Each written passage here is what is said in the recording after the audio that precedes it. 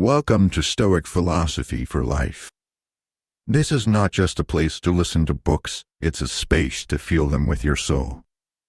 Here, we illuminate your mind with timeless lessons. Awaken your inner strength, cultivate self-minded discipline, and guide your journey of personal growth. Every word is carefully chosen to reach what you're truly seeking: peace, clarity, and lasting transformation. If this feels like the place for you, hit subscribe and walk this path with us every single day.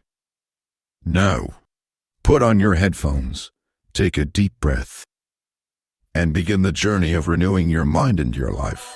12 harsh truths you learn to lead, life lessons that change everything. There is a strange kind of wisdom that only shows up when it is already too late. The kind that does not knock politely but breaks the door open with regret. It comes not as a teacher, but as a consequence. We spend our youth chasing things that glitter, fighting battles that do not matter, and listening to voices that were never ours to begin with. And then, one quiet morning or one sleepless night, it hits us: we have been living on autopilot, and time does not wait for us to wake up. We believe life gives us unlimited chances, but it does not.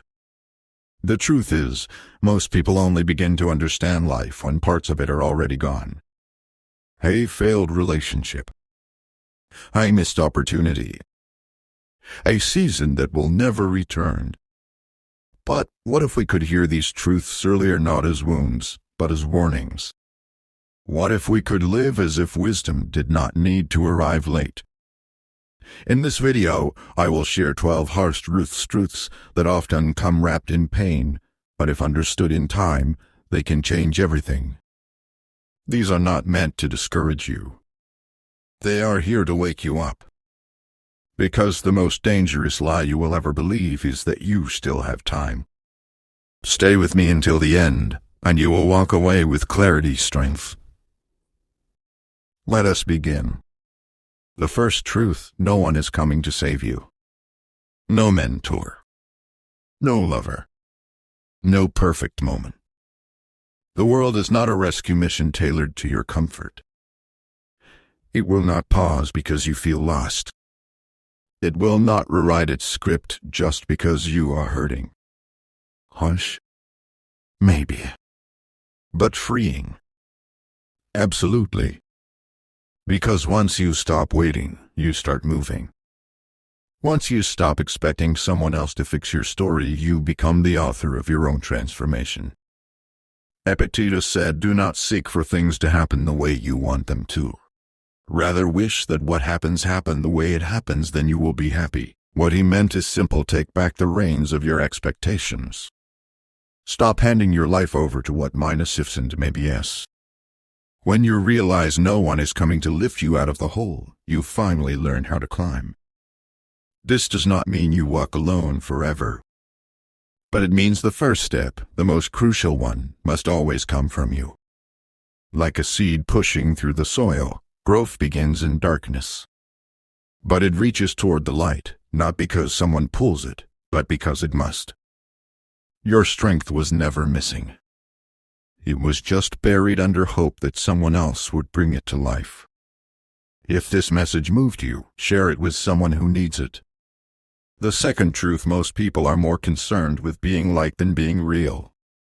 We craft our lives like curated exhibitions, showing only what we believe others want to see. We laugh at jokes that do not amuse us. We nod in agreement while silently disagreeing. Why? Because we crave validation more than we crave truth. But here is the price of that comfort: it costs us our authenticity. Seneca once said, "What progress, you ask, have I made? I have begun to be a friend to myself." That is the real milestone. Not followers. Not praise. But peace in your own skin. You do not owe anyone a performance. You owe yourself honesty. And the irony is, the moment you stop trying to be liked by everyone, you begin to attract the right people, the ones who see your truth and stay. There is freedom in saying this is who I am with no apology. You may lose a few admirers, but you will gain something better, a life that feels like yours. The third truth: comfort is the silent killer of growth. We all want ease, stability, security. But none of those things sharpen your soul. Growth happens at the edge of discomfort, where fear whispers and uncertainty roars. You want strength? Step into struggle. You want clarity? Walk through confusion. The moments that break you are the same ones that build you if you stay long enough to learn. Marcus Aurelius wrote, "The impediment to action advances action. What stands in the way becomes the way." He did not say this from a throne of comfort, but from the battlefield of life. He understood that pain is not the enemy. Stagnation is. The wound is where the wisdom enters. And if you avoid the hard, you also avoid the profound. Think about your own life. The times you grew the most, were they not the times you were stretched thin, questioned everything, and found a version of yourself you did not know existed? That is not coincidence. That is transformation. And it never happens in comfort. The fourth truth: time does not heal everything. It only buries what you refuse to face. People often say, "Give it time," as if time were a medicine that cures all wounds. But the truth is, unprocessed pain does not disappear, it hardens. It turns into habit, silence, and armor you wear around people who never hurt you. Time only helps if you use it to do the work, to feel, to understand, to forgive, and most importantly, to let go. The Stoics knew that healing was not passive. It was active. Epictetus taught that events are neutral. It is our interpretation of them that shapes us. If you keep telling yourself that time will erase the pain, you may wake up years later still carrying it in your chest. Healing begins when you stop avoiding. When you finally sit with the ache and ask, "What is this trying to teach me?" Avoidance is not healing. Numbness is not peace. And pretending to be fine only deepens the wound. The pain you ignore today becomes the weight you drag tomorrow. So do not just wait for time to pass. Use it. Face the truth, feel the sting, and then begin the process of release. The fifth truth: discipline will get you further than motivation ever will. Motivation is like a spark, it ignites quickly, but fades just as fast. Discipline is the slow, steady fire that burns through resistance. We wait for the right mood, the perfect moment, the magical surge of energy. But life rewards consistency, not moods. Seneca said, "It is not that we have a short time to live, but that we waste much of it." When you depend on feeling inspired to act, you surrender your power. Discipline is choosing to do what matters, even when you do not feel like it. It is showing up for yourself, again and again, even in boredom, fatigue, or doubt. Think of a sculptor chiseling stone. Progress is not dramatic. It is not loud. But with every stroke, something beautiful takes shape. Your life is no different. Discipline is not a punishment. It is a form of self-respect. It says, "I will not betray my potential, even when comfort calls." The sixth truth: people see you through the lens of their own wounds. Their judgments are often reflections of their own battles. When someone mocks your dreams, they may be haunted by their own failures. When they dismiss your growth, it might be because they fear change in themselves. Understanding this does not excuse cruelty, but it frees you from taking it personally.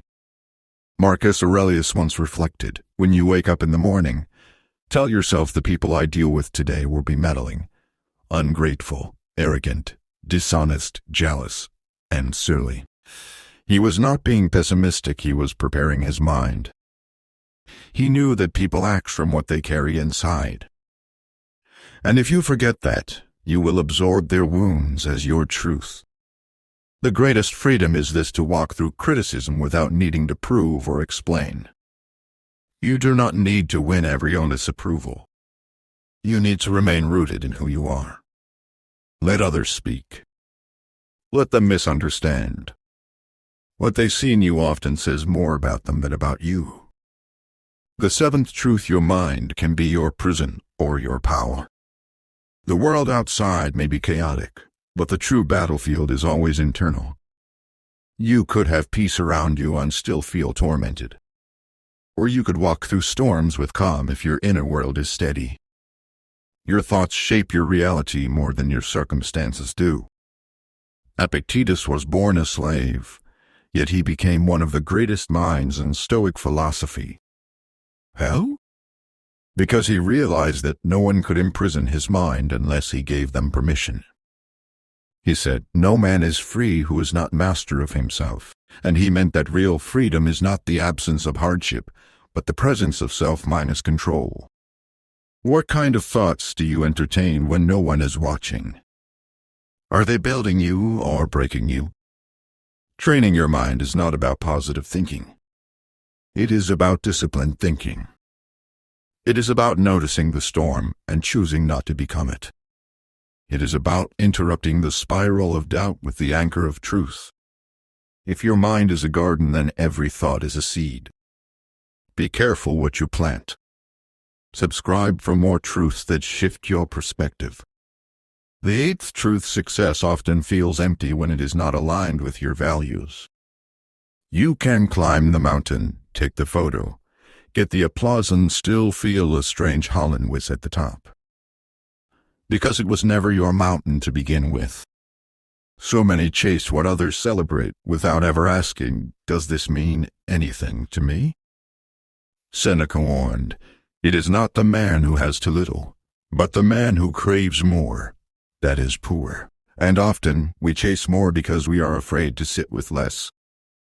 But less is not emptiness. It is clarity. When you strip away the noise, the pressure, the projections, you begin to see what truly matters. And that clarity is worth more than any hollow crown. Your success should not just impress others. It should nourish you. Make sure the life you are building is one you want to live in. Not just one that looks good from the outside. There is a cruel sort of irony in the way truth will often arrive disguised as crisis. One day life seems steady, routine, familiar, safe, and then suddenly, the rug is pulled out from beneath you. A breakup. A job loss. A betrayal.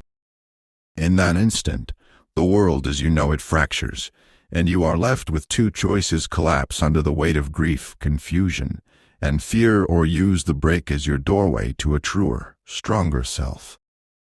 This is the ninth truth: crisis is not the end of your story. It is the page where your authorship begins. It is not the trophy, but the forge. And in that fire, raw materials become steel.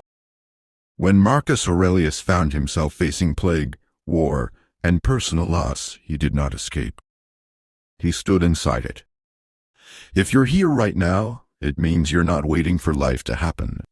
You're preparing for it. 2025 won't just be another year. It could be your breakthrough year, if you stay open to growth and committed to the work.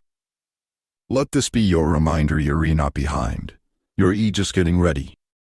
He reminded himself that even the hardest things pass. That we are shaped by adversity if we allow ourselves to be. He wrote, "You have power over your mind, not outside events." Realize this, and you will find strength. Crisis offers you that chance. When the familiar breaks apart, the invitation is there to shake free of illusion, to unlearn who you thought you were, and to discover who you can become. But few ever seize that invitation, because seizing it means acknowledging how weak we once were. It means sitting with shame, with fear, with embarrassment. It means answering hard questions. Why was I avoiding responsibility?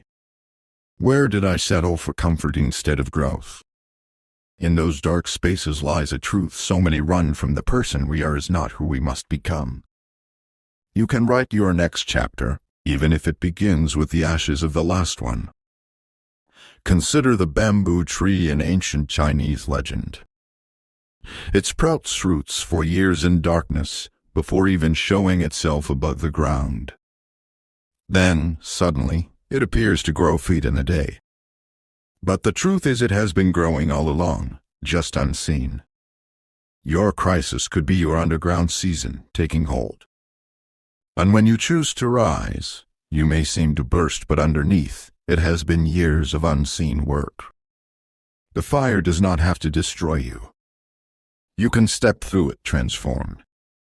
The 10th truth: the opinions of others taste sweet to your ego but can poison your soul. We have all chased that fleeting buzz, a compliment, a like, a nod of approval. And for a moment, we float. But approval is a drug, and like all drugs, its absence produces withdrawal. The higher you climb on others' applause, the lonelier the descent. You build your worth on sand, and when the tide turns, you find yourself empty. Seneca urged, "Let us train our minds to desire what the world offers with moderation." That is not a call to cynicism. It is a guide to stability. The world will praise you, and it will forget you. So anchor yourself deeper than applause. Anchor yourself in integrity. Anchor yourself in effort and honesty and compassion. That way, when the world looks away, you are still there, whole, unmoved. When the internet applauds you, remember it is not your home. Your home is inside you. You are with you always. And that is the only applause you truly need to last.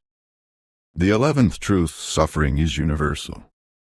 It does not discriminate. Everyone you meet is carrying something invisible: fear, loss, longing, regret. We are islands of story, each with our own storm.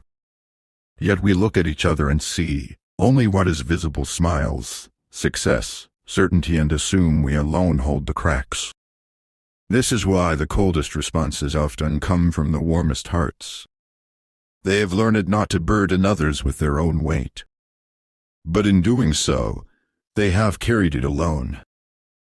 Epictetus wrote that we should be with others, but not of others. He meant that we can hold our own grief, and at the same time walk gently with those who carry theirs. We do not need to fill the world with advice or solutions. We just need to carry presence. A listening ear. A steady shoulder. Do not withhold your kindness because you think someone else has to be stronger or happier. The connection forged in mutual vulnerability is stronger than any armor we might erect. When you recognize your shared fragility, you begin to treat people differently. You soften. You forgive more quickly. You don't walk past without noticing. If you could hear half of the silent prayers people speak in their hearts, maybe you would speak your words more carefully. Maybe you would offer your smile more willingly. Because when suffering is universal, compassion becomes your radical act of resistance against a world that wants to numb pain with business and distraction. And the 12th truth: the end is coming. Every end. Your time, your youth, your comfort, your certainty. It is all temporary. Not as a threat, but as the most honest gift life ever gives you. When you truly hold the knowledge that death, loss, change, and impermanence are part of your story, everything changes. The things you once chased for validation give way to what resonates with truth: moments, relationships, impact. You will find yourself holding a loved one with deeper appreciation. Savoring silence. Choosing courage over comfort. Choosing presence over planning. Marcus Aurelius wrote, "Do not act as if you were going to live 10,000 years. Death hangs over you. While you live, while it is in your power, be good." This is not morbidity. This is alevins. This is the fierce clarity that wakes you fully. When you know the end is coming, you start living as if today matters. Because it always does. Pause for a moment and ask yourself, what would you do if you had no guarantee of tomorrow? Would you say what needs saying? Would you step into the life you keep talking about? Or would you do one more safe thing, one more almost moment before the world tells you it is too late? The truth is, none of us knows exactly how many days we have. But each one we breathe is invitation enough to show up, to speak, to love, to act. You have probably heard people say, the truth will set you free, but what they often forget to mention is this: before it frees you, the truth will shatter everything you have built on lies. That is the price. Because some truths do not feel like enlightenment at first. They feel like grief. Like the loss of an identity you wore for too long. Like watching the person you thought you were dissolve in the light of something more honest. But what comes after the clarity, the peace, the power, that is where your real life begins. Let us go deeper. You now know the 12 truths. But what do you do with them? How do they become more than just phrases on a screen or echoes in a quiet room? The answer is not complicated, but it is difficult. You live them. You embody them. And you wrestle with them every single day. Take the first truth: no one is coming to save you. Most people understand this intellectually, but emotionally, they resist it. Why? Because dependency feels easier than responsibility. It is comforting to believe someone else will notice your pain and offer a way out. That a new job, a romantic partner, a stroke of luck will come and rewrite your story. But when you live waiting, you forget how to move. When you always hope for rescue, you never build your own ladder. So, how do you begin? You start with one decision. Just one. You wake up tomorrow and instead of scrolling, you sit in silence for 5 minutes and ask, what would I do today if I were not waiting to be rescued? That question alone begins to stir something ancient inside you, your agency. Your power. The part of you that has always known the way, even if it forgot how to walk. And then there is truth number 2. Most people would rather be liked than be real. This is where many get stuck. Because being real comes with risk. You might lose people. You might disappoint expectations. You might stand alone. But ask yourself this: are the connections you are maintaining worth the price of your authenticity?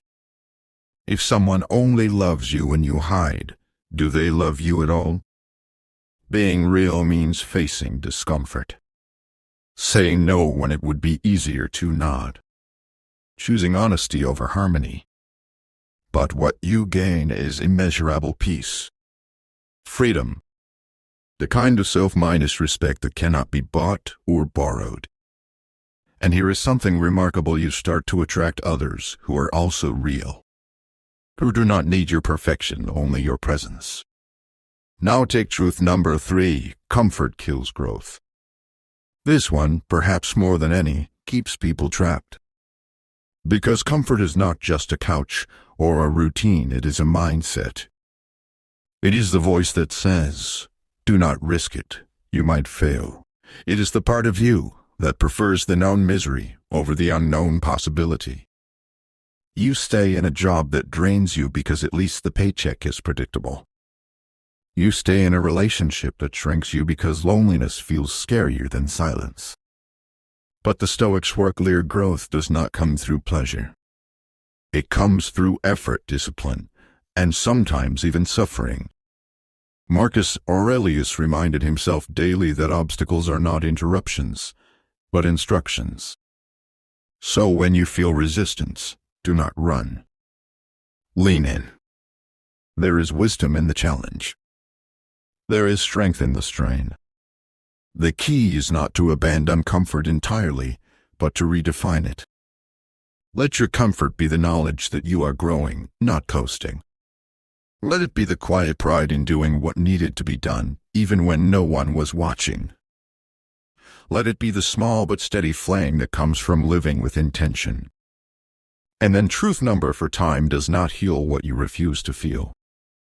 This may be the most personal of them all, because each of us has pain we hide.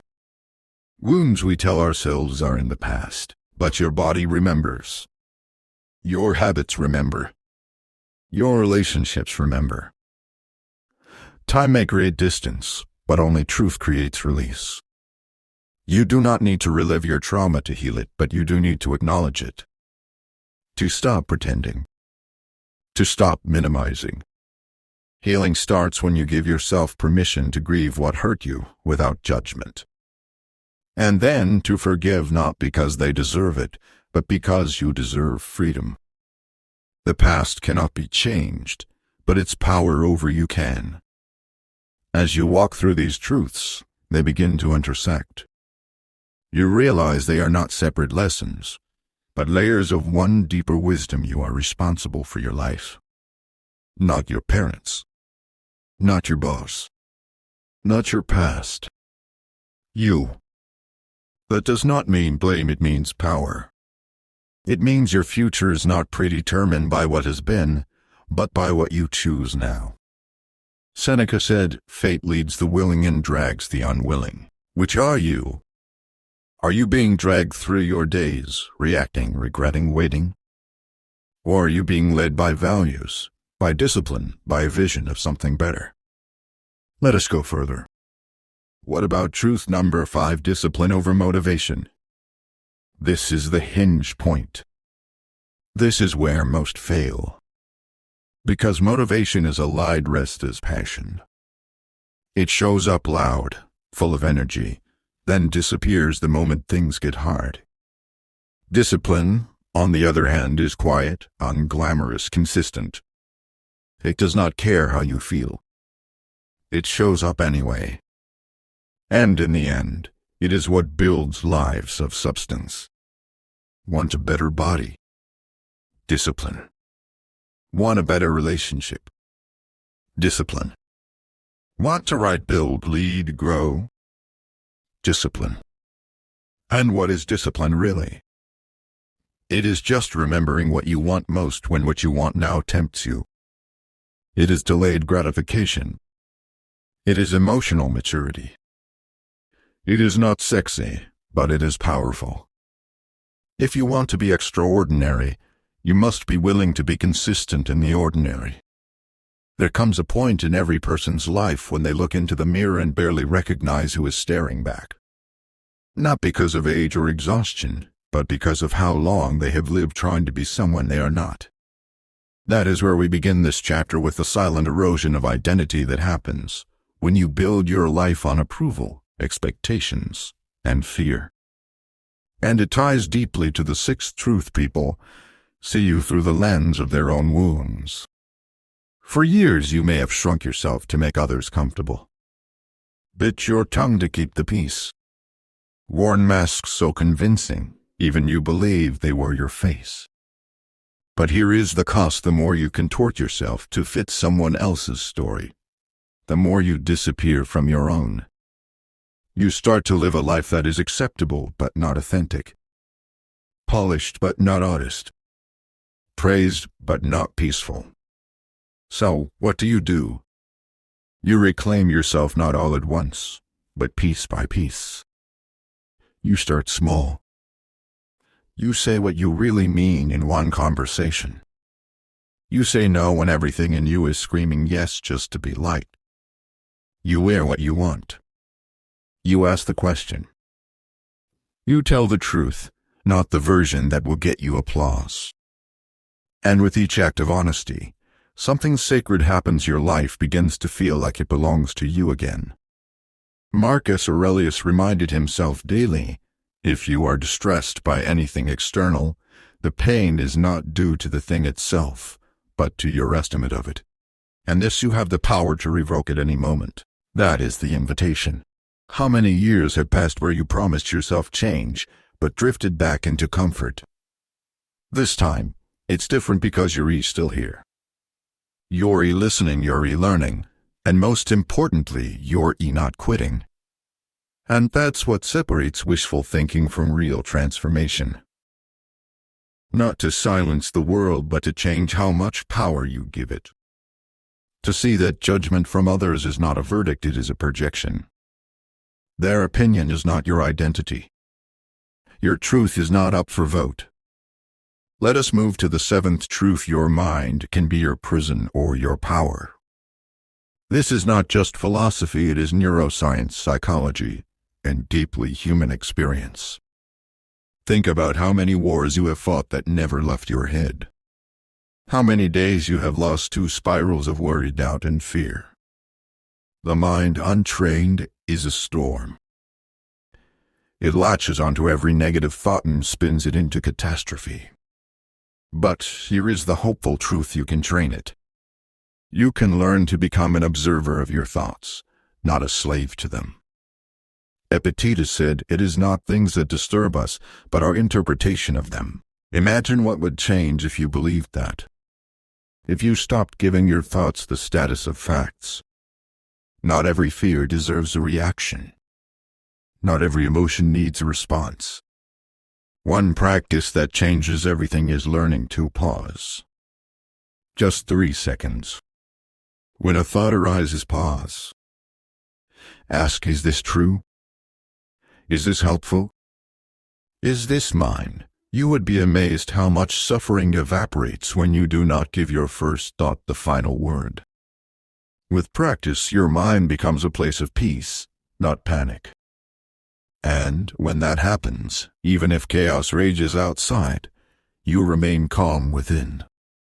And now we revisit the eighth truth: success feels empty when it is not aligned with your values. Let us be honest, this world sells you a definition of success that sounds like numbers, followers, dollars, views, titles. But what if success is not something you can show, but something you feel? What if it is the quiet knowing that you are living in integrity with who you are? You could win every external battle and still feel like you were losing your soul. Because without values, achievement is just noise. You climb the corporate ladder and realize it was leaning against the wrong wall. You chase admiration and feel lonelier than ever. But when your actions reflect your truth, when your work, your relationships, your time all flow from your deepest values, then even the smallest life feels full. Seneca said, "We suffer more often in imagination than in reality, and part of that suffering comes from chasing lives that were never meant for us." You are allowed to define success for yourself. Maybe it is time with your children. Maybe it is building something meaningful. Maybe it is simply peace. Whatever it is, guard it fiercely. Do not trade it for shiny distractions. Now let us turn back to the ninth truth: crisis is the forge.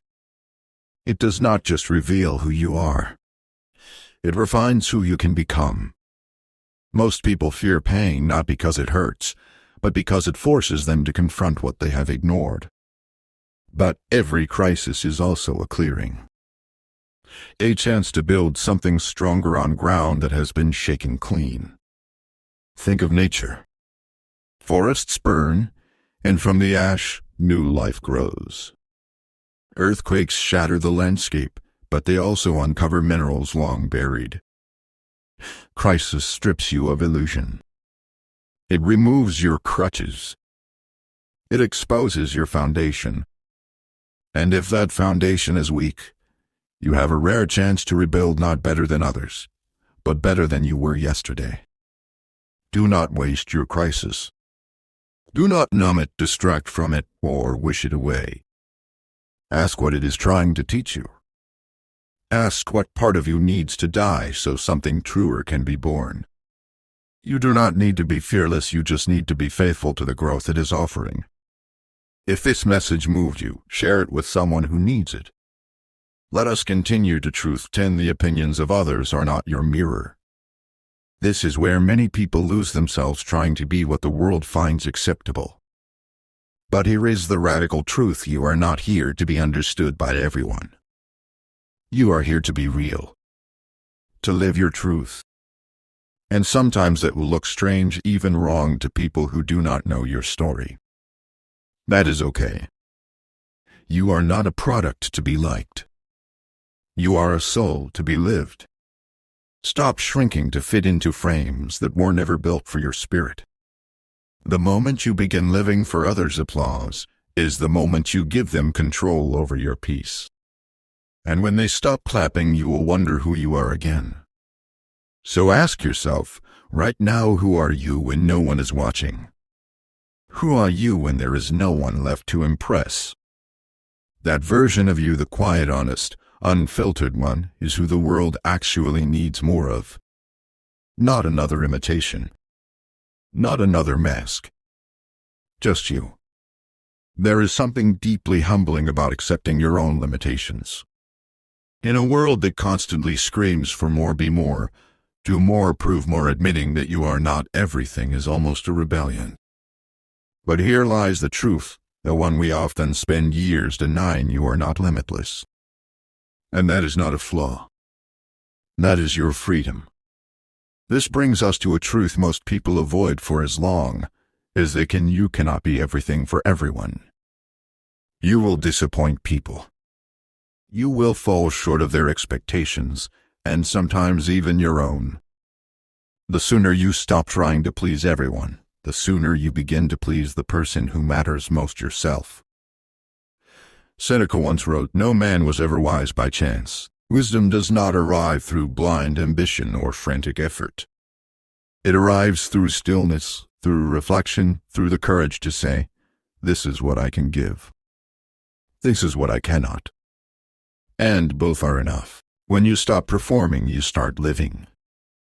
And in that living, you discover something rare in today's world: peace."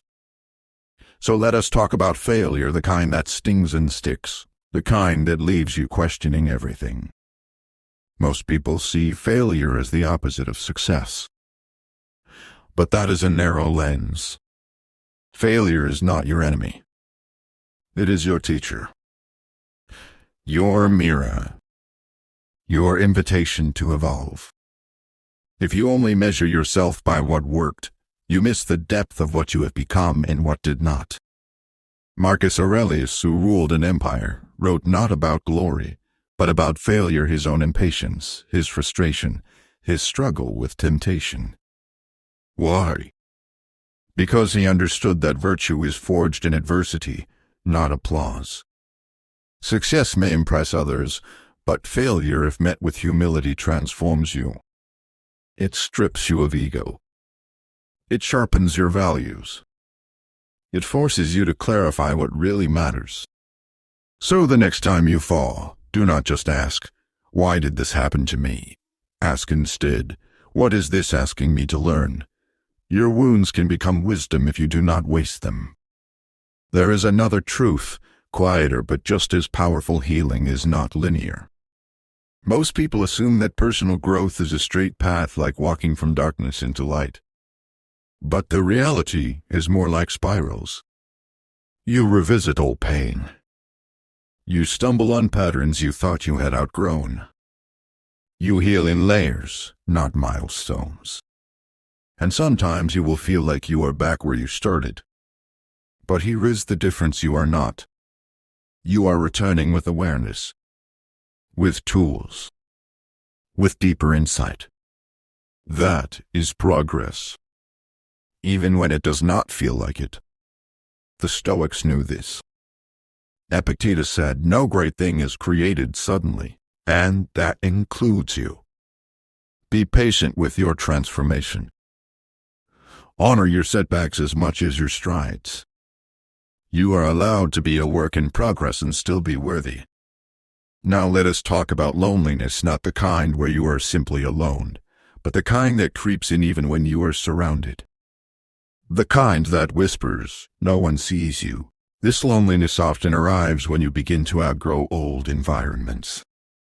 When you start to think deeper, feel more, want something real while everyone around you still chases the surface. And here is the painful truth: growth can be lonely. But it is not a sign that something is wrong. It is a sign that you are shedding. That your soul is expanding beyond the space it used to fit into. Like a snake outgrowing its skin, or a bird learning to fly in an empty sky. Do not rush to fill the silence. Sit with it. Listen. There is something there for you. Something sacred. Seneca said, associate with people who are likely to improve you. Welcome those whom you yourself can improve. That kind of connection is not found in crowds. It is found in depth, in mutual growth, in honest conversations. Sometimes you have to walk alone to meet the people who speak your soul's language. And what about time? We have all felt it slip through our fingers another year, another month, another promise to change when things slow down. But here is one of the harshest truths of all: there will never be a perfect time. Never a flawless moment. Never a clear signal that now is finally the time to begin. Waiting becomes a form of self-minus betrayal. It disguises fear as logic. But life does not wait. It moves forward with or without your permission. And one day, you will look back and realize that the door you were waiting to open was never locked. You just never turned the handle. If something inside you is whispering for more honesty, more meaning, more movement, do not ignore it. That is not noise. That is your soul. You do not need to have it all figured out to take the first step.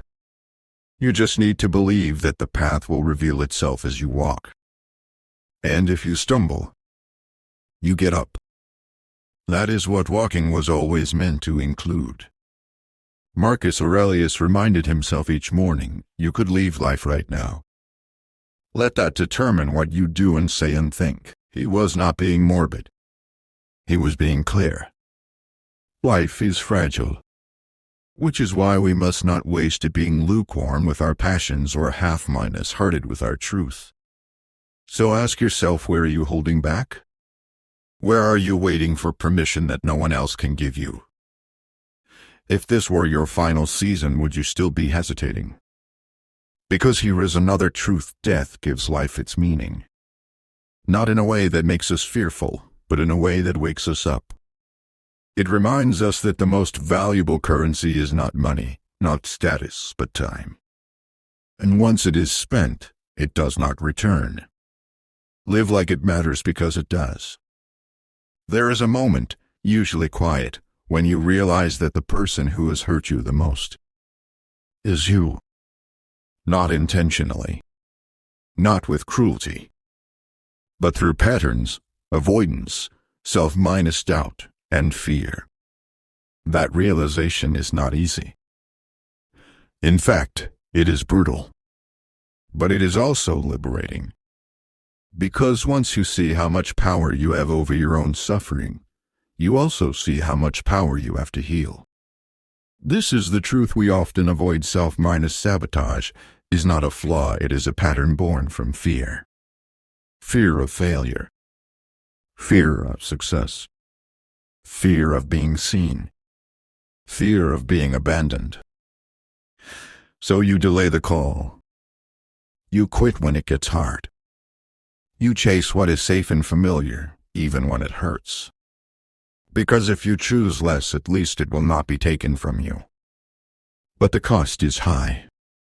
You live a life beneath your potential, and every day it eats away at you, not in loud regrets, but in quiet moments. In the sigh you release when no one is watching. In the dreams that haunt you, not because they are gone, but because you never tried. Marcus Aurelius once reminded himself, you have power over your mind, not outside events. But what if the greatest thing you needed to take control of was not the world, but your own resistance to your greatness? You are not afraid of failure, you are afraid of discovering who you could be if you truly tried. So start small. Speak kindly to yourself. Follow through on one thing. Prove to your own nervous system that you are not a threat to yourself anymore. Slowly, the walls begin to lower. Slowly, the part of you that has been hiding starts to rise. Now let us talk about something even more subtle: expectations. You may not notice it, but much of your suffering comes from the gap between what you think life should be and what it actually is. Between what people should do and what they do. Between how success should feel and how it actually does. That gap breeds resentment, frustration, and disappointment. But here is the Stoic insight: peace is found not in controlling outcomes, but in adjusting your expectations to reality. Epictetus said, "When you are offended at any man's fault, turn to yourself and study your own failings. Then you will forget your anger." In other words, stop expecting the world to reflect your values. Start becoming the reflection you want to see. You expect people to love like you do, to care like you care, to try as hard, to show up as consistently. But they will not, because they are not you. And that is not betrayal, it is reality. There is a version of you in 2025 that looks back at this moment and smiles. Because this is when it started, when you chose discipline over distraction, purpose over pressure. Keep listening. You are not just passing time, you are reshaping your future with every word. Your peace begins the moment you release them from your expectations. That does not mean you tolerate disrespect. It means you stop demanding that others behave how you wish they would. Once you do, you free yourself. You stop being a prisoner to the moods, opinions, and actions of others. You reclaim the power to be at peace regardless of their chaos. Now let us talk about judgment, especially the kind we direct at ourselves. You would never speak to someone you love the way you speak to yourself. I am not enough. I am too late. I will never change. These thoughts are not facts. They are mental habits. And habits can be broken. The voice in your head was shaped by years of conditioning. Parents, teachers, culture, comparison. You internalize the criticism and made it your inner narrator. But that narrator can be replaced. You can rewrite the script. Slowly, daily. It is not about affirmations plastered on mirrors. It is about telling the truth to yourself over and over until it becomes louder than the lie. You are not behind. You are not broken. You are not too much. You are a living, breathing work in progress. And progress is never perfect. Healing is not about becoming flawless. It is about becoming whole. Seneca wrote, "As is a tale, so is life. Not how long it is, but how good it is what matters." And good does not mean easy. Good means real. Felt. Lived. You are not here to impress. You are here to experience. And part of that experience is learning to love the parts of yourself that you were taught to hide. Now let us speak about the illusion of control. One of the harshest truths is this: you are not in control of most of life. Not the weather. Not other people. Not how your plans unfold. And for those who crave order, that is terrifying. But here is the gift: the only thing you truly need to control is your response. You may not get to choose what happens, but you get to choose who you become in response to it. Every moment you are given the chance to practice patience, forgiveness, presence, perspective. That is what Stoicism teaches: not detachment, but alignment. Not numbness, but clarity. Life throws waves. Your job is not to stop the ocean. Your job is to learn how to stand. To anchor yourself in values so strong that even when you bend, you do not break. To let go of the fantasy of control and replace it with the reality of strength. So when things fall apart and they will pause, breathe. Ask, what can I control here? Usually, the answer is your words, your mindset, your effort, your integrity. That is enough. Let us go deeper still. One more truth: the life you are meant to live often demands the death of who you used to be. Growth feels like grief because it is. You are grieving the identity that no longer serves you. The dreams that once made sense but no longer fit. The roles you played to survive, now obsolete. Let them go.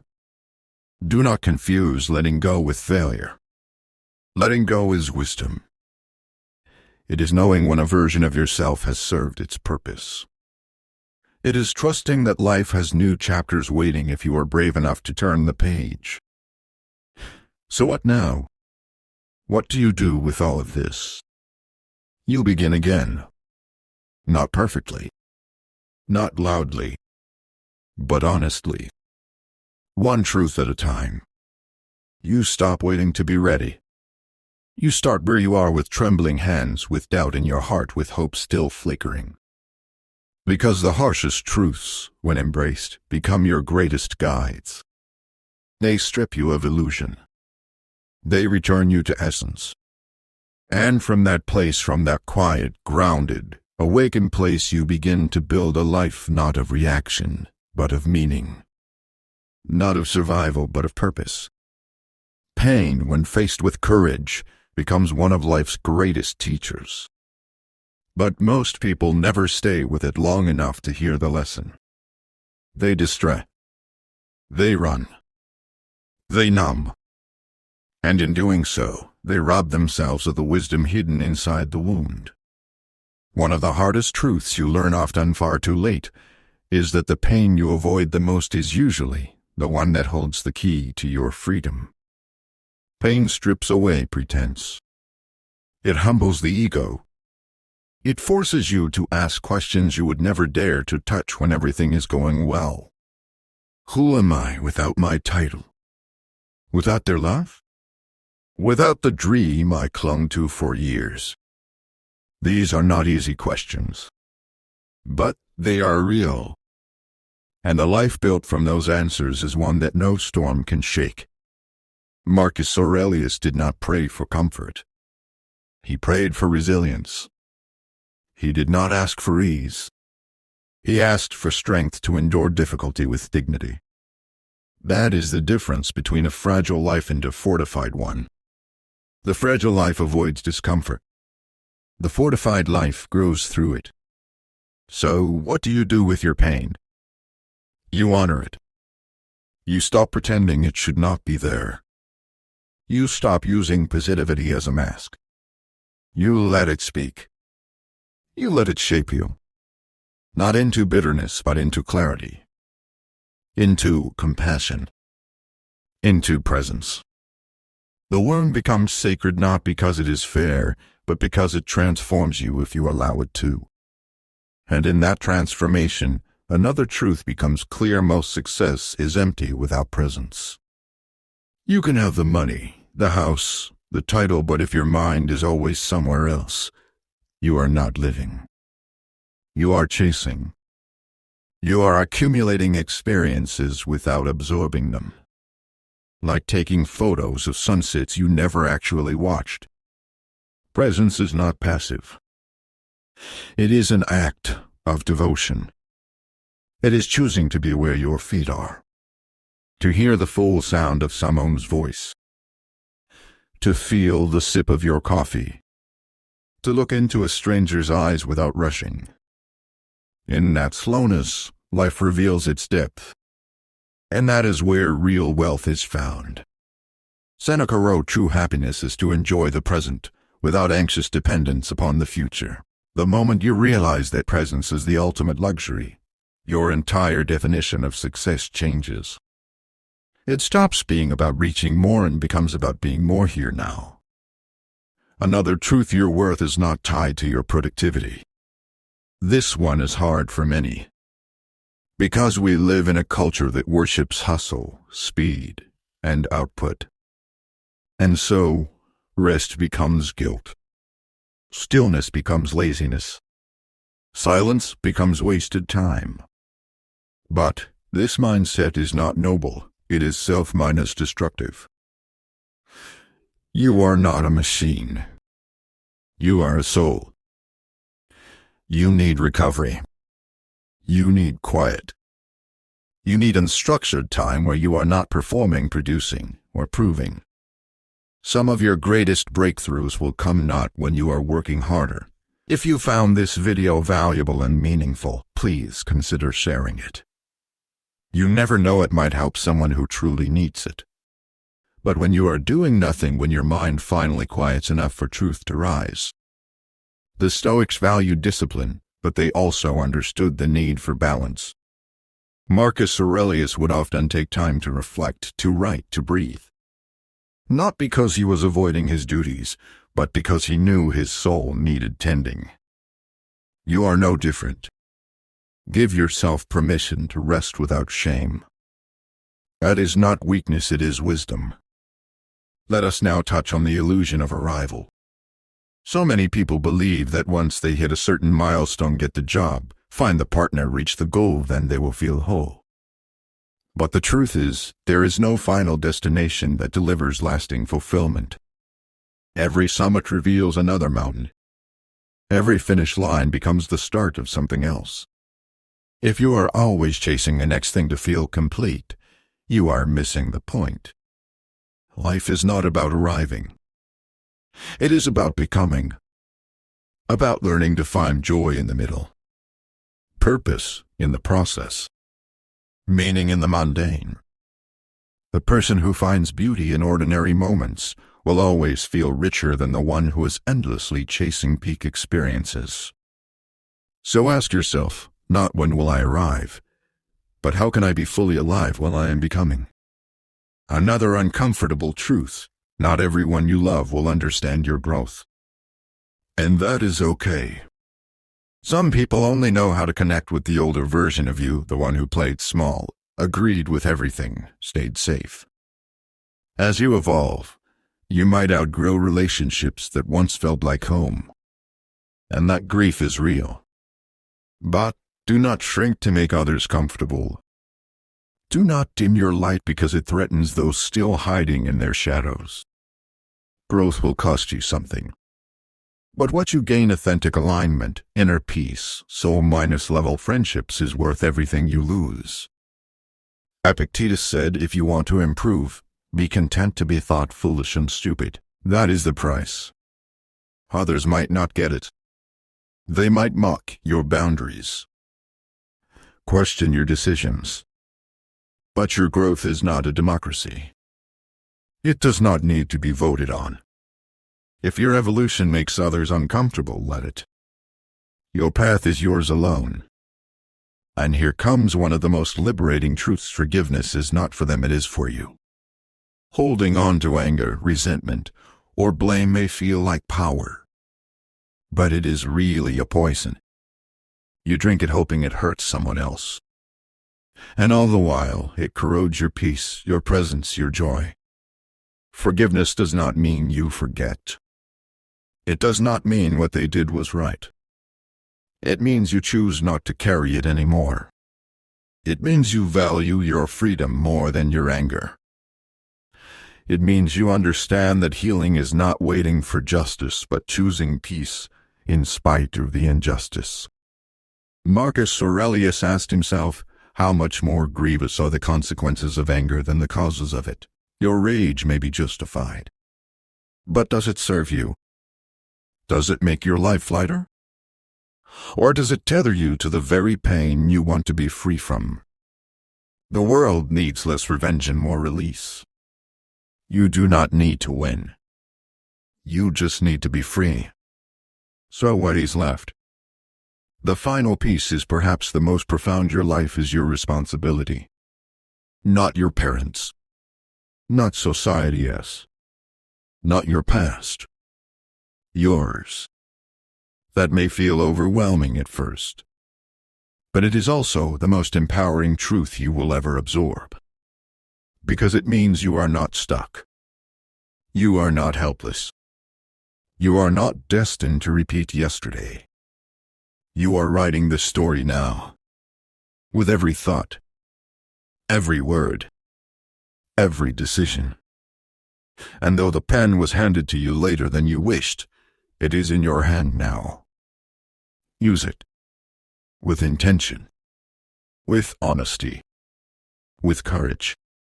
There is a quiet kind of suffering most people carry, a restlessness not caused by external chaos, but by internal noise. It is the constant hum of comparison, the inner dialogue of not enough, the feeling that life is moving faster than your ability to live it. And so, even in moments of peace, your mind is elsewhere. Already analyzing. Already anticipating. Already regretting. Here is the truth: most learn to lay peace is not something you stumble upon. It is something you practice. It is not found in the perfect job, relationship, or location. It is found in your ability to anchor yourself again and again to the present moment, even when the world pulls you in every other direction. Marcus Aurelius ruled an empire. But amidst war and sickness, he would write to himself, "Nowhere can man find a quieter or more untroubled retreat than in his own soul." Think about that. In the middle of the Roman Empire's pressure and power, he sought stillness not in politics or power but in his own mind. That is available to you too. But it must be cultivated. Start with 5 breaths.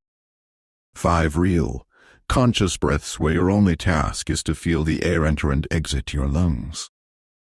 That is not weakness. That is returning to your power. Your center. Your inner citadel. From that space, we must confront another hard truth. You are not your thoughts. This may sound obvious, but look closer. How often do you believe every thought that passes through your mind? How often do you let a single sentence from your inner critic shape your entire day? I am failing. No one cares. I will never catch up. These are not facts. They are thoughts. Thoughts are suggestions, not commands. And you get to choose which ones become your truth. Epictetus taught that the soul becomes dyed with the color of its thoughts. If your thoughts are anxious, your world feels dangerous. If your thoughts are self-critical, your world feels like judgment. But the world has not changed, you have. So if you want to change your experience, begin by questioning your thoughts. Write them down. Hold them to the light. Ask, is this useful? Is this kind? Is this mine? Most of the time, what you discover is that these thoughts are echoes, not truth. They came from somewhere, but they do not belong to you anymore. Let us talk now about urgency, the rush that plagues modern life. So many live as though they are racing a clock that never stops. And in the rush to do more, we forget to feel. We forget to breathe. We forget to live. Life becomes a checklist. Achievement becomes addiction. Rest becomes guilt. But here is what the Stoics knew: slowness is not failure. It is wisdom. When you rush, you miss. You miss nuance. You miss connection. You miss the richness hidden in each moment.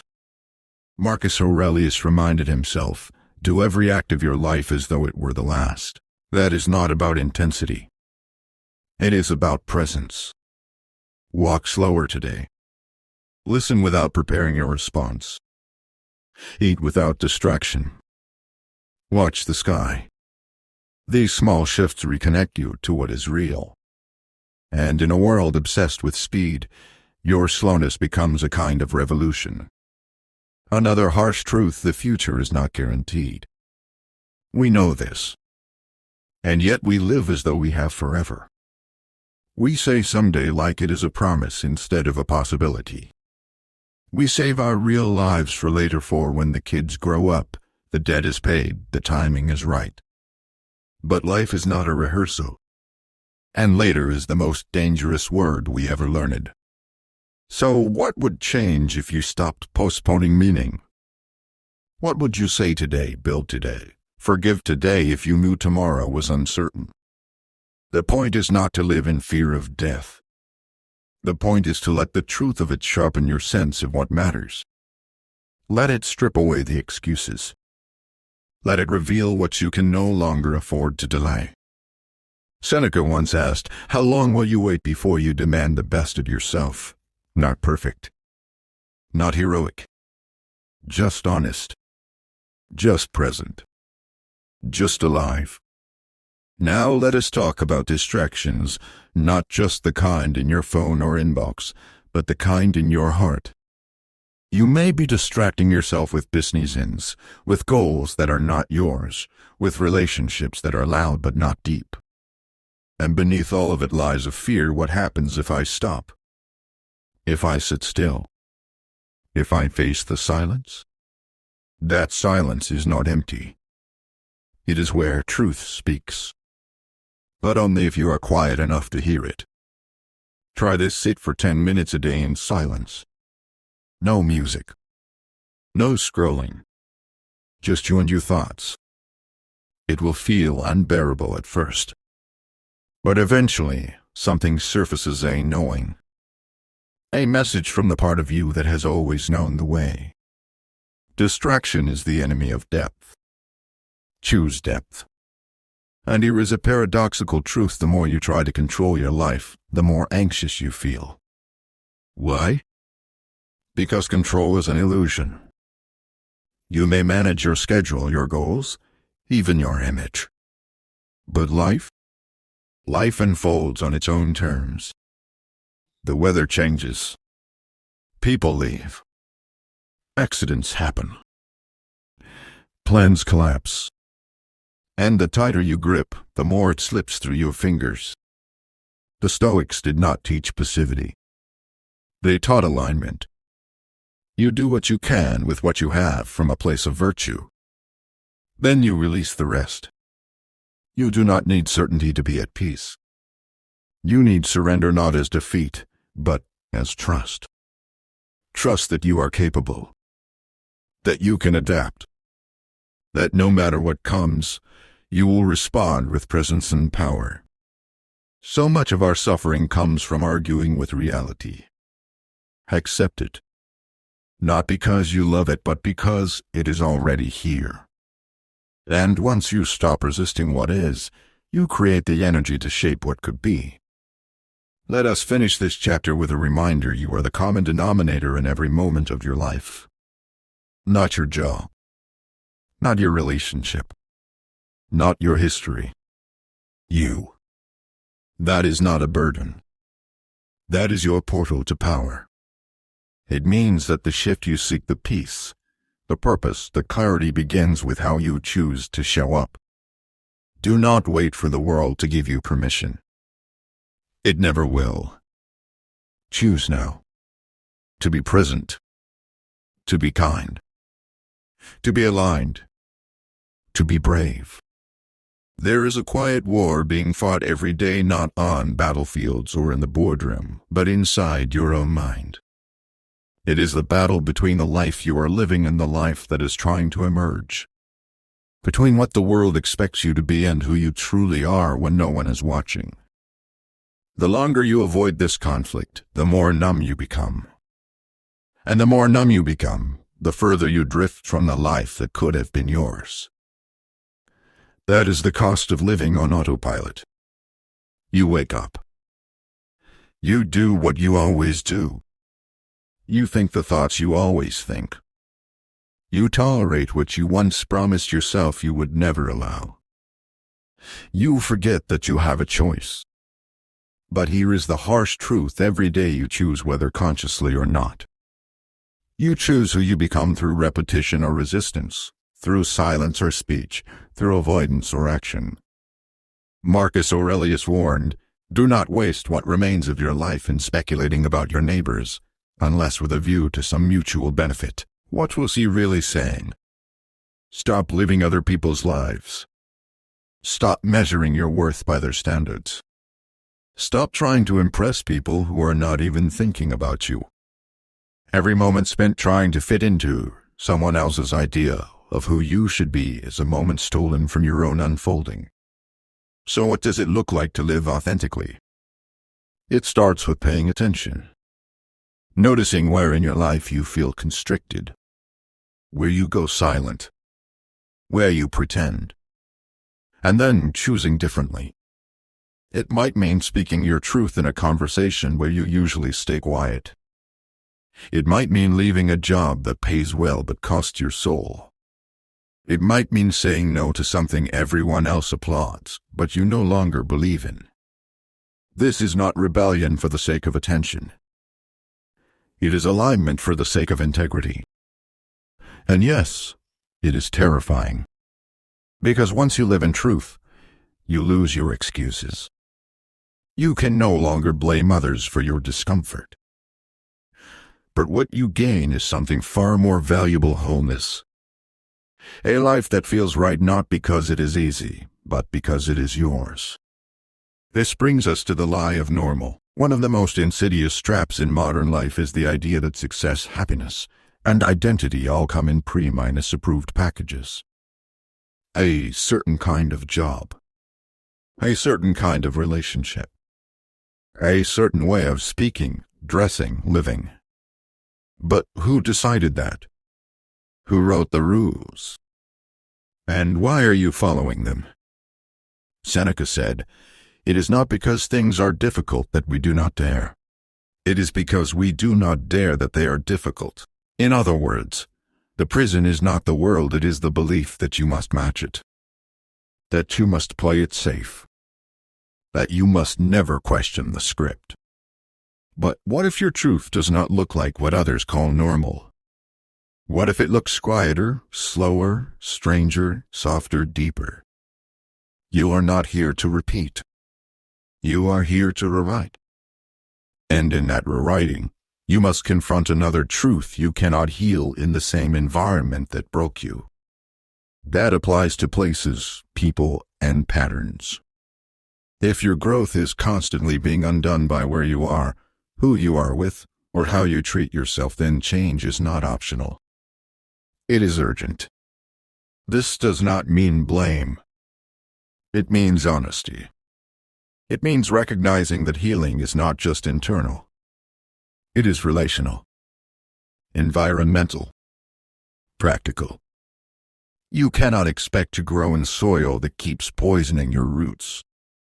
Sometimes the bravest thing you can do is walk away, not because you are giving up, but because you are finally choosing yourself. That choice may cost you familiarity.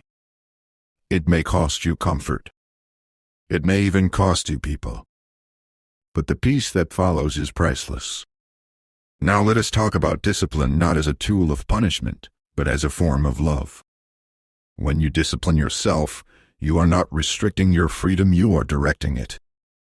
You are saying, "I respect my future self enough to make hard choices now." That could mean waking up earlier, saying no to the third drink, turning off your phone instead of numbing out, showing up to the gym, speaking up in the meeting, sitting with your discomfort instead of distracting from it. Epictetus said, "First say to yourself what you would be, and then do what you have to do." Simple, clear, brutal. If you want to be someone with peace, you must create boundaries. If you want to be someone with clarity, you must create silence. If you want to be someone with purpose, you must give up comfort. The modern world makes discipline sound harsh, but it is actually one of the most compassionate things you can offer yourself. Because it builds self minus trust. And self minus trust is the foundation of everything: relationships, goals, even your inner peace. If you say you will do something, and then you do it, your nervous system learns that you are safe. You are reliable. And slowly you stop looking outside for validation. You become your own anchor. Let us now explore failure, again but from a different lens. Failure is not just a stepping stone. It is a clarifier. It shows you what matters, what you care enough about to try again. It burns away ego, yes, but also reveals desire. It is the fire that separates fantasy from calling. Most people are so afraid of failure that they never discover what truly calls them. They live at the surface of life, safe, approved, and unfulfilled. But if you risk falling, you also risk flying. And there is no shortcut. You cannot skip failure and still become who you are meant to be. So fail. Fail wisely. Fail forward. And most importantly, fail for the right reasons, for love, for meaning, for truth. Not for applause or image, but because something inside you refuses to live a half-minus life. And here is the closing truth for this part: life will not wait for you to feel ready. It will pass you by while you are preparing, while you are collecting opinions, while you are waiting for a guarantee. And one day, you will look back and realize that hesitation was your greatest thief. There is no perfect moment. There is only this one. This breath. This choice. Do not waste it waiting. One day you will wake up and realize that most of what you chased never really mattered. The achievements. The admiration. The aesthetic. You will look around and see that the trophies collected dust, the applause faded, and the people you once tried to impress moved on to something else. And in that moment of stillness, one question will emerge from the silence: if there is nothing left to prove, what will you live for? This is the question that marks the beginning of wisdom. Because so much of life is performance. Not intentionally. Not maliciously. But subconsciously acting the way we are expected to, saying what is acceptable, achieving what is celebrated. All to feel like we matter. But the harsh truth is this: if your worth is built on things outside of you, it will always be unstable. Always at risk of collapse. Always needing more. Seneca wrote, "It is not the man who has too little, but the man who craves more, that is poor. And his poverty is not material, it is spiritual." A restlessness that gnaws at the edges of your soul. A feeling that no matter what you do, it is never enough. Because enough is a moving target when you are chasing it from the outside. So what if, just for today, you stop chasing? What if you stopped asking, "How do I look?" and instead asked, "How do I feel in this moment?" What if you let go of the performance and return to the person underneath? This is the beginning of wholeness. When you are no longer building a life that looks good, but one that feels true. When you no longer ask what others want from you, but what your soul has been whispering all along. And when you live like that, when you move from essence instead of ego, something beautiful happens. You stop comparing. You stop competing. You start creating not for praise, but for expression. You start speaking, not to impress, but to connect. You start choosing, not out of fear, but from alignment. Now let us speak about legacy, not the kind etched in marble, but the kind etched into people's hearts. Because another truth you learn too late is this: your greatest impact will not be what you achieve, but how you made others feel.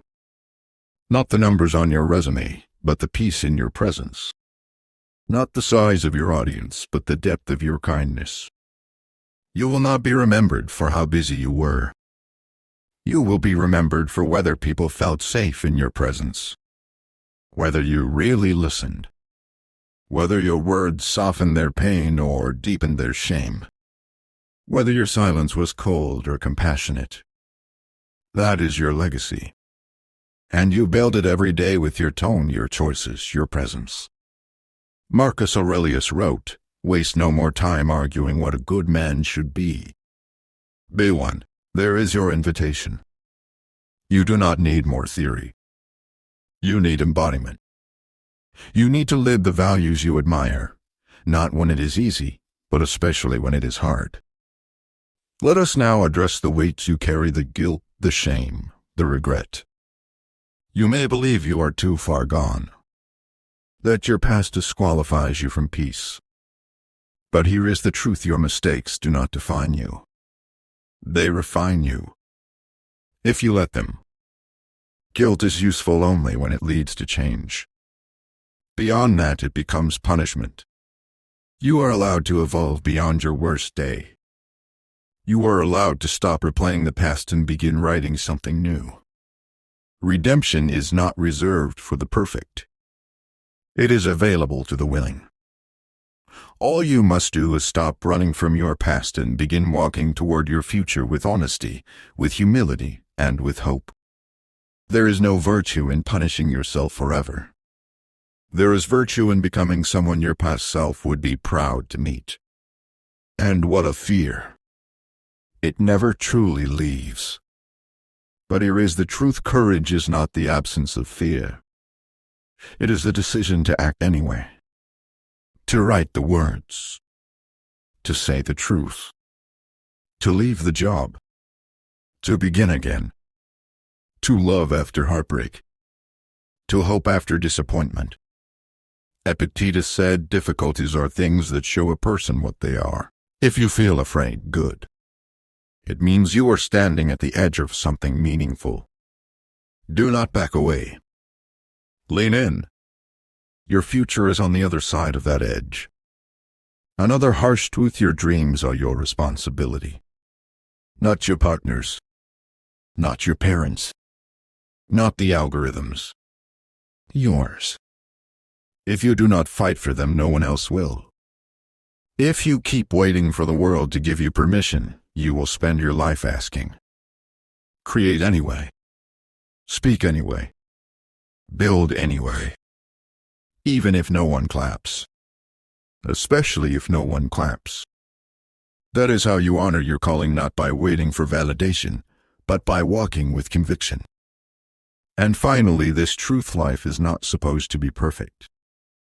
It is supposed to be real. Full of contradictions. Joy and grief.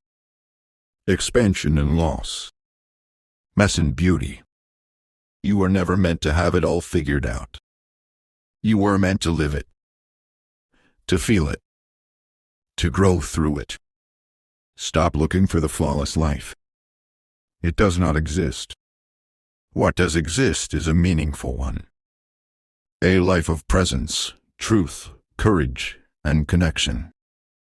A life that reflects who you are, not what others expect. A life you do not have to escape from. A life that, when it is your time to leave it, you will know with quiet certainty that you lived it fully. When all is said and done, your life will not be measured by how much you owned, how many people recognized your name, or how far you climbed on someone else's ladder. It will be measured by your depth. By the way you showed up in ordinary moments. By the integrity you carried when no one was watching. By the peace you created inside your own chest, even as the world roared around you. This is the final, and perhaps most freeing, truth: you are not here to be remembered. You are here to be real. If remembrance comes, let it be a side effect, not the goal. The real legacy you leave is not in your name being spoken, but in the feeling others had when they were in your presence. Did they feel seen? Did they feel safe? Did they feel more like themselves just because you existed? In the final analysis, life asks one thing of you: not to be impressive, but to be whole. Wholeness is not perfection. It is not the absence of flaws. It is the embrace of all that you are: the light, the shadow, the growing, the stumbling, the becoming. It is the refusal to abandon yourself, even when others do. It is knowing you are worthy, not because you did everything right, but because you dared to live with your eyes open and your heart engaged. Marcus Aurelius, perhaps sensing the brevity of all things, wrote, "Live not as though you were destined to live forever. What is fated hangs over you. As long as you live in while you can, become good. That is not a call to panic. It is a call to presence. I call to return again and again to what actually matters. Have you loved well? Have you forgiven deeply? Have you spoken your truth, even when your voice shook? Have you taken responsibility for your pain instead of passing it on? Have you sat in silence long enough to hear what your soul is actually asking for? If not, that is okay. You are not too late. In fact, you are right on time. Because this very moment is where everything can change. Not tomorrow. Not next year. Not once things calm down. Now. So pause. Take one breath. Feel the weight in your chest not as a burden, but as proof that you are alive. That you still have time. That there is still something inside you worth tending, worth growing, worth fighting for. And as you stand on the edge of the rest of your life, ask yourself not, what do I want to be remembered for? You have seen the 12 truths. You have felt their weight. Now let them live in you not as quotes on a wall, but as quiet choices each day. The decision to respond instead of react. To listen instead of assume. To stay instead of escape. To love instead of control. To walk away instead of beg. To rest instead of grind. To believe again that you are never broken, just buried under expectation, noise, and fear. This is your invitation to rise. Not in grand gestures, but in small consistencies. Not to become someone else, but to return to who you were before the world taught you to perform. To reclaim your time. Your voice. Your attention. Your soul. Let this be the end of waiting. Let this be the beginning of your becoming. And if these words stayed with you, if they stirred something real, then pass them on. Not just by sharing the video, but by how you live. Let your life be the loudest message. Let your presence be the proof. Let your quiet, steady truth become a ripple in someone else's storm. Because the world does not need more noise. It needs more people who are awake. It needs you. Right here. Fully present. Fully human. Fully alive. If this message stirred something in you, don't let it fade. Write one thing down that you'll start doing this week. 2025 doesn't magically change anything you do. And your future begins the moment you decide to move, even just a little.